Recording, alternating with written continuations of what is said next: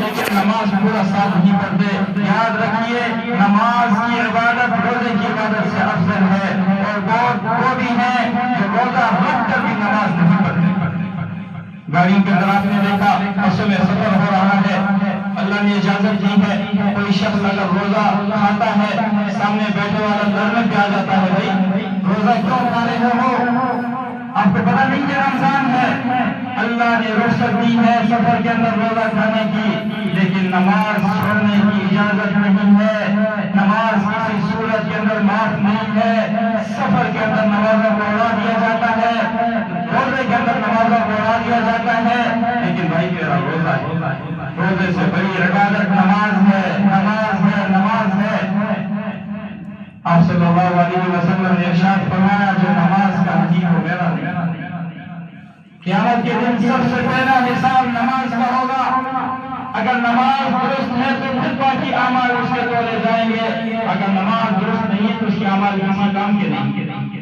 تمہیں عرض کر رہا تھا ہر عبادت کرنے والے کی عبادت قبول نہیں ہوتی، عبادت اس کی قبول ہوگی جو اس کے حقوق کا خیال رکھے گا، اس کے آداب کا خیال رکھے گا۔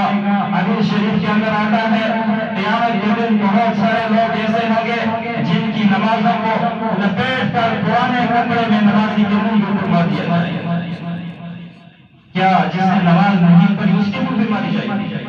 نہیں، جس نے نماز پڑھی ہے نمازی کے منہ پہ ماری جائے گی۔ یہ وہ نماز ہے جس نے نماز تو پڑھی ہے، نماز کے حقوق کا خیال نہیں رکھا، نہ اس نے وضو درست طریقے سے کیا، نہ اس نے قیام درست طریقے سے کیا، نہ اس کا سجدہ درست ہے، نہ اس کی رکوع ٹھیک ہے، شروع سے لے کر آخر تک نماز کو پڑھ لی، ساری نماز سنت کے خلاف ہے، اور قیامت کے دن یہ نماز نمازی کے منہ پہ ماری۔ اسی طرح قرآن کی تلاوت کرنا بڑا ثواب ہے۔ ایک حرف کے اوپر 10 نے کیا، الف لام میم، فرمایا یہ 3 حرف ہیں، 3 نے کیا۔ رسول اللہ صلی اللہ علیہ وسلم نے ارشاد فرمایا قیامت کے دن بہت سارے لوگ ایسے ہوں گے جو دنیا کے اندر قرآن پڑھتے ہیں اور قرآن میں قرآن ان کے اوپر لعنت اور قرآن رہا ہے، ثواب کی نیت سے پڑھ رہا ہے، اللہ کو راضی کرنے کے لیے پڑھ رہا ہے، لیکن قرآن قرآن اس پر لعنت کرنا۔ وجہ کیا بیان فرمائی؟ وجہ یہ ہے یہ قرآن کا حق ہے، جو قرآن کا ادب ہے اس کی رعایت کی۔ یا تو پڑھنا درست نہیں ہے، تجوید کا لحاظ نہیں رکھا، مخارج کو درست طریقے سے ادا نہیں کیا، جو قرآن کا ادب ہے اس ادب کو بجا لاتے ہوئے تلاوت نہیں کی، یہ قرآن پڑھنے والے تجارت کرتا ہے۔ اسی طرح فرمایا رمضان المبارک کا روزہ، اس کے اوپر اللہ نے بڑا اجر رکھا ہے، بڑا ثواب رکھا ہے اس کے اوپر، لیکن ثواب اس کو ملے گا، اجر اس کو ملے گا جس نے اس کے حقوق کا خیال رکھا، جس نے اس کے آداب کا خیال رکھا، ورنہ سوائے بھوک اور پیاس کے کچھ بھی حاصل نہیں ہوگا۔ یاد رکھنا سوائے بھوک اور پیاس کے کچھ حاصل نہیں ہوگا۔ اللہ ہم سب کی حفاظت فرمائے۔ اب رمضان کا حق کیا ہے، اس کا ادب کیا ہے؟ علماء نے بڑی لمبی فہرست لکھی ہے۔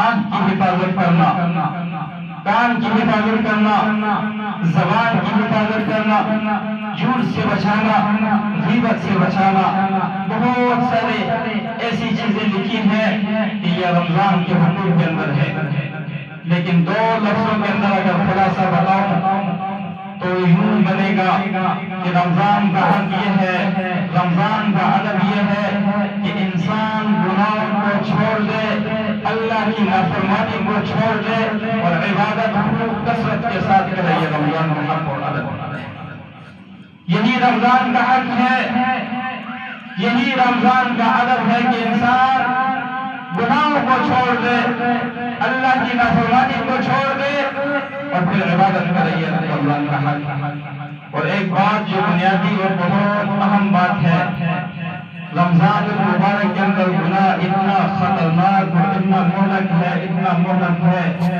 جس کا ہم تصور نہیں کر سکتے۔ اس کی بہت ساری وجوہات ہیں کہ رمضان کے اندر گناہ کرنا کیوں خطرناک اور کیوں مہلک ہے۔ سب سے بنیادی وجہ اللہ تعالیٰ نے ایک قانون اور ضابطہ بنا دیا میرے اور آپ کے لیے۔ اللہ تبارک و تعالیٰ نے فرمایا کہ جگہ کے بدلنے سے نیکی کا ثواب بڑھ جاتا ہے، جگہ کے بدلنے سے گناہ کا عذاب بھی بڑھ جاتا ہے، وقت کے بدلنے سے نیکی کا ثواب بڑھ جاتا ہے، وقت کے بدلنے سے گناہ کی جو سزا ہے وہ بڑھ جاتی ہے۔ اب آپ جگہ کی مثال سے سمجھیں، ایک شخص ہے وہ ظہر کی نماز 4 رکعت اپنے گھر کے اندر ادا کرتا ہے، اور دوسرا شخص ہے وہی ظہر کی نماز اپنی مقامی جامع مسجد کے اندر ادا کرتا ہے، تیسرا شخص وہی ظہر کی نماز مسجد نبوی کے اندر ادا کرتا ہے، چوتھا شخص وہی ظہر کی نماز 4 رکعت بیت اللہ شریف کے اندر ادا کرتا ہے۔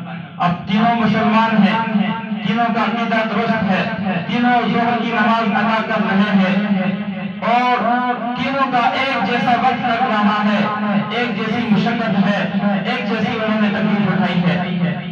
اب جو گھر کے اندر ادا کر رہا ہے، اب جگہ کی وجہ سے اس کو ایک نماز کا ثواب ملے گا، جو جامع مسجد کے اندر جماعت کے ساتھ نماز ادا کرے گا اس کو 27 نمازوں کا ثواب ہے، جو مسجد نبی کے اندر نماز پڑھے گا 50,000 نمازوں کا ثواب ہے، جو بیت اللہ کے اندر وہی نماز ادا کرے گا 1,00,000 نمازوں کا ثواب۔ ایک ہی شخص ایک ہی نماز ایک وقت کے اندر اللہ نے ضابطہ بنا دیا، جگہ کے تبدیل ہونے سے ثواب کے اندر اضافہ ہو رہا ہے۔ فرمایا کہ اسی طرح جگہ کے بدلنے سے گناہ کی سزا کے اندر بھی اللہ نے اضافہ فرمایا۔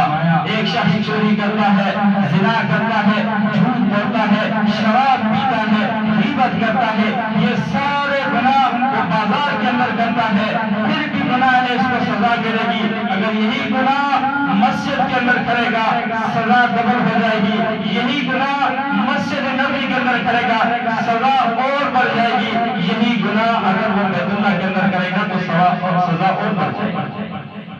زمانے جاہلیت کے اندر ایک شخص اور ایک عورت نے بیت اللہ شریف کے اندر زنا کیا، اللہ نے ان کو پتھر بنا دیا۔ تو میرے بھائی اب یہ ہے کہ جگہ کے بدلنے سے جیسے نیکی کے ثواب کے اندر اضافہ ہوتا ہے، گناہ کی سزا کے اندر بھی اضافہ ہوتا ہے، اسی طرح زمانے کے بدلنے سے نیکی کے اندر جو اجر ہے اس کے اندر بھی اللہ اضافہ فرماتا ہے، لیکن جو گناہ ہے دوسری طرف اس کی سزا بھی بڑھ جاتی ہے۔ اب ایک شخص پورا سال نفل پڑھتا ہے، فرض ادا کرتا ہے، اور دوسرا شخص رمضان المبارک کے مہینے کے اندر نفل پڑھتا ہے، فرض پڑھتا ہے، جو 11 مہینے ادا کر رہا تھا اس کو کیا اجر ہے؟ نفل کے اوپر ایک نفل کا اجر ہے، فرض کے اوپر ایک فرض کا اجر ہے۔ دوسرا شخص زمانہ بدلنے سے رمضان المبارک میں داخل ہونے سے ایک نفل ادا کرتا ہے، فرض کے برابر اس کو ثواب مل رہا ہے، فرض ادا کرتا ہے 70 فرضوں کا ثواب اس کو مل رہا ہے۔ غیر رمضان کی رات کے اندر وہ عبادت کرتا ہے، ایک رات کا ثواب اس کو مل رہا ہے۔ لیلۃ القدر زمانہ بدلا، لیلۃ القدر کے اندر داخل ہوا، وہی رات اسی طرح کا وقت اسی طرح کی محنت 1000 مہینوں سے زیادہ کا ثواب پا رہا ہے۔ غیر رمضان میں روزہ رکھ رہا ہے، محرم کا روزہ، یوم عرفہ کا روزہ جو فرض اللہ نے رکھا، اور پھر غیر رمضان کے روزے اور رمضان کے روزوں کی واپس کی مناسبت ہی نہیں ہے۔ رسول اللہ صلی اللہ علیہ وسلم نے ارشاد فرمایا جو شخص رمضان کا روزہ جان بوجھ کر توڑے گا ساری زندگی اگر وہ روزہ رکھے گا تو اس ثواب کو وہ نہیں پا سکتا۔ آپ اندازہ لگائیں ایک روزہ جان بوجھ کر چھوڑنا، ساری زندگی روزہ رکھنے سے اس ایک روزے کی فضیلت اور ثواب کو وہ نہیں پا سکتا۔ تو میرے بھائیو اسی طرح رمضان المبارک کے مہینے کے اندر گناہوں کی سزا بھی اللہ نے بڑھا دی۔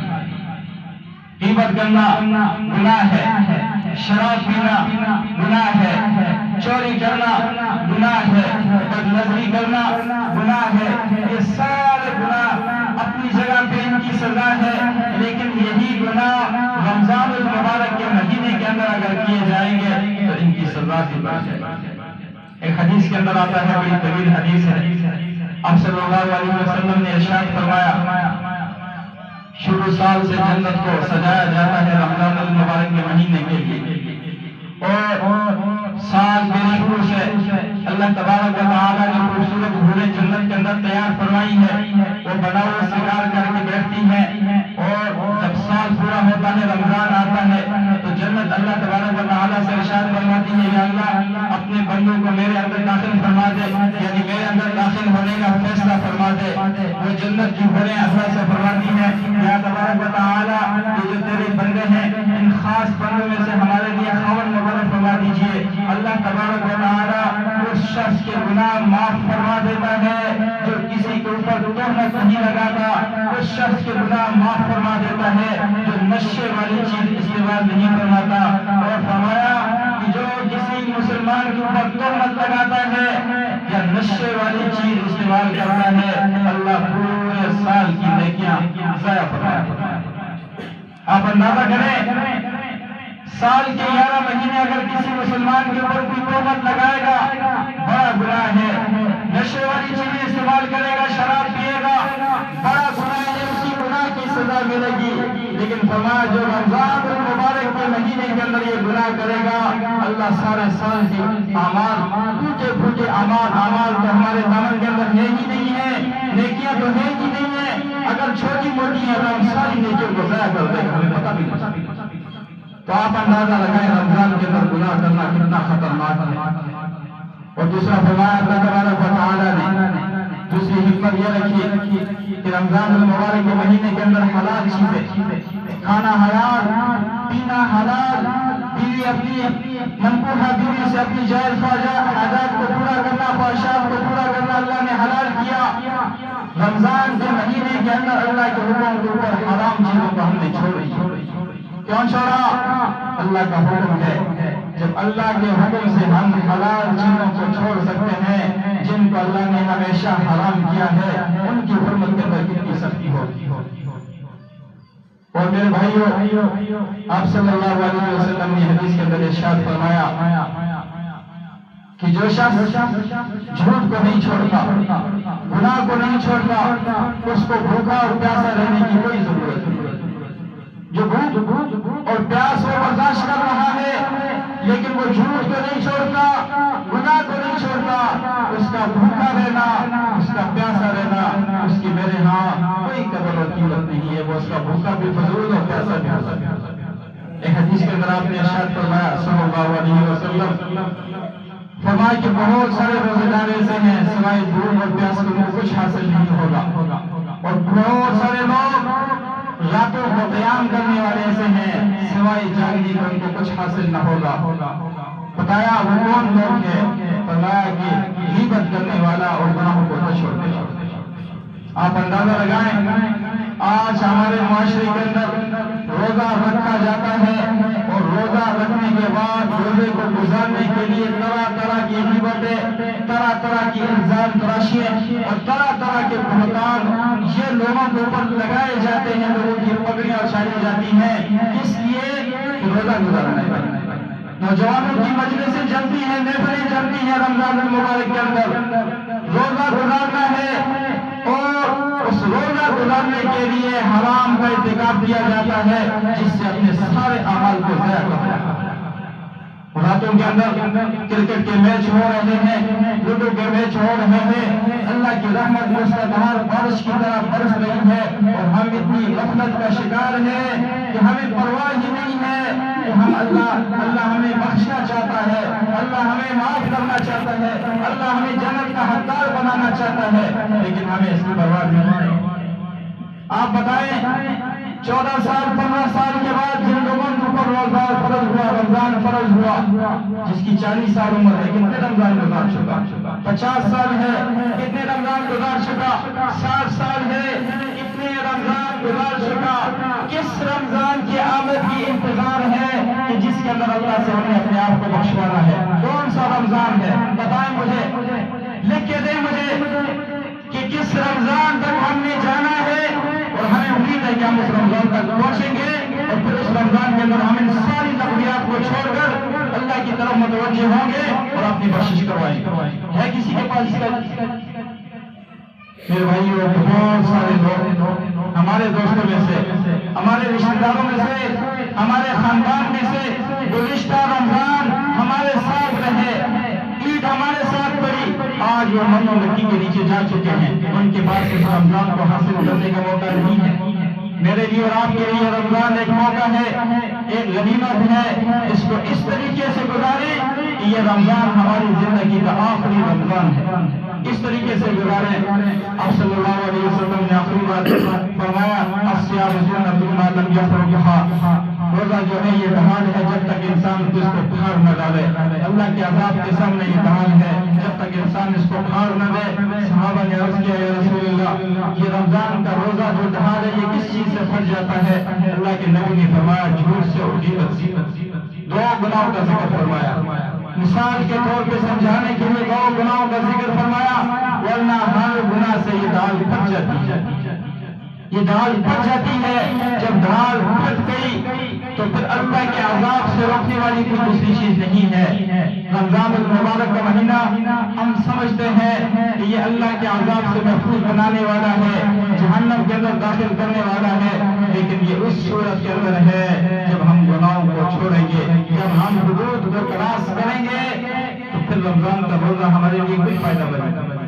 لوگ روزہ بھی رکھتے ہیں، 7 قبائل کا بھی ارتکاب کرتے ہیں، بدنظری بھی کرتے ہیں، جھوٹ بھی بولتے ہیں، غیبت بھی کرتے ہیں اور دیگر گناہوں کا بھی ارتکاب کرتے ہیں، ساتھ ساتھ روزہ بھی رکھتے ہیں، نماز بھی پڑھتے ہیں۔ میرے بھائیو، اس روزے کے اندر، اس نماز کے اندر، اس عبادت کے اندر وہ حلاوت آپ کو نہیں ملے گی جو حلاوت اللہ نے تقوی کے اندر رکھی ہے۔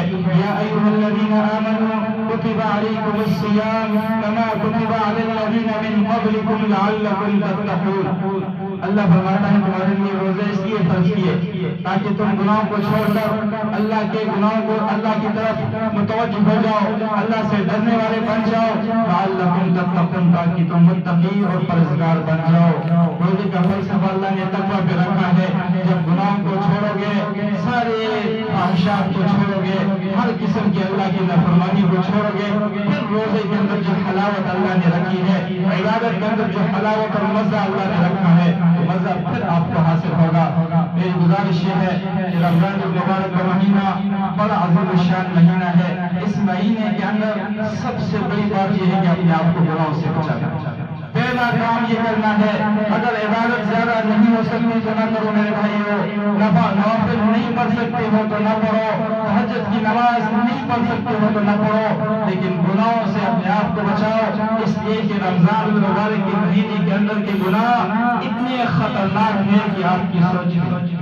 اللہ پاک ہم سب کو گناہوں سے بچنے کی توفیق عطا فرمائے اور رمضان المبارک کے جو ایام باقی ہیں تمام حقوق اور آداب کے ساتھ بجا لانے کی توفیق عطا فرمائے۔ وآخر دعوانا الحمدللہ رب العالمین۔